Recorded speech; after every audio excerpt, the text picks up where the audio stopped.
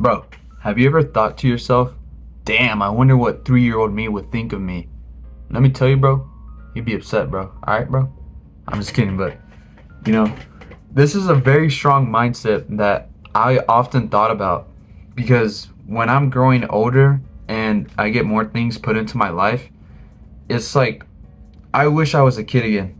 But at the same time, it's a good time to reflect on your little you perspective. Pretty sure we all pictured like literally the best version of ourselves when we were like 3 years old or 5 years old, whatever it is. You pictured yourself as like a buff kid walking through the halls, like, you know, you imagine yourself like as an complete alpha. So why would you not want to live up to that? Why would you want to be that kid who looks like he hasn't even showered since middle school? You owe it to yourself, to that little kid, to do everything you can to meet your expectations, bro. Genuinely reflect on your life and be like, is this what little kid me would have wanted? And apply that to every single part of your life.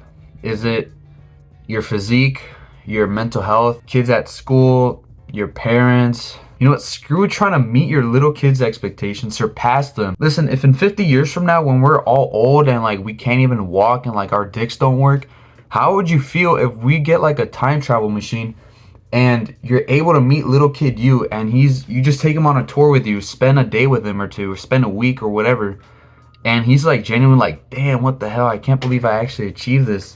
Wouldn't you want that? I mean, who wouldn't? So quit setting small limitations for yourself and actually live up to it. I'll be honest, I don't apply this all the time, okay? Like, I'm a bitch sometimes. Sometimes I forget about this. Sometimes, I'm in a relationship and I let things get the best of me, and I don't handle things like the way a man should. Like, I read The Way of a Superior Man, and let me tell you, it is a really good book, and it will bring some of the most down bad people up to a really good position.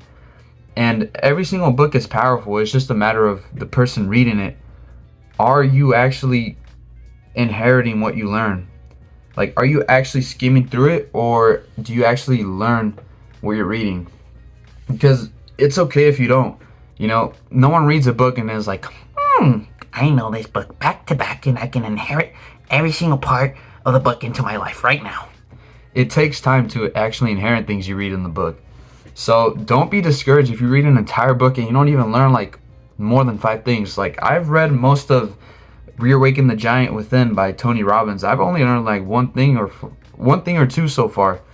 And I'm not discouraged because, I have access to the PDF. I can just look back on it in a couple months, reread it, and be like, damn, okay, I could use this. So don't be discouraged. Always push through and try to make that little kid, completely mind blown if you ever, get to meet him.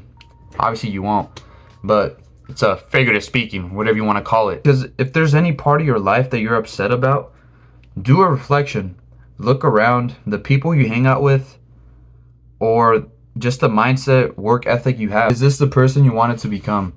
Because to be honest, little kid me would not want to see high school me sitting in bed eating chips, watching porn. I wouldn't imagine myself doing this stuff, man. I would imagine myself on the computer, like closing a cell like the guys on Wolf on Wall Street, like, yep, and stop.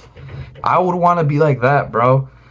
I would not want to be some degenerate loser. There's so many losers out there, and it's just sad because most guys don't even have this hatred in themselves or any will to, better themselves. It's just sad because if you take the initiative to reflect on your life and try to make whatever you want for yourself proud and actually work for it, and you're going to be so much better off than a majority of guys, man.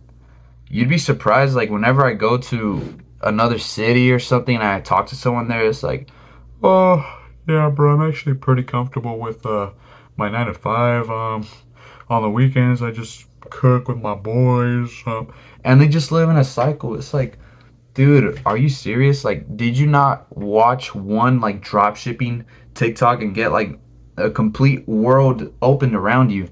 Like, did that not happen to you?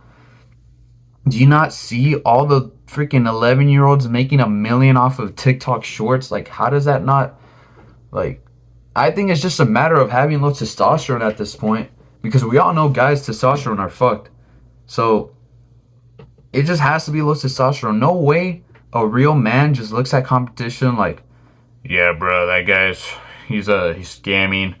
You know, there's a bunch of different ways to cope with people's success, but it has to get to a point where the jealousy just gets you out of bed.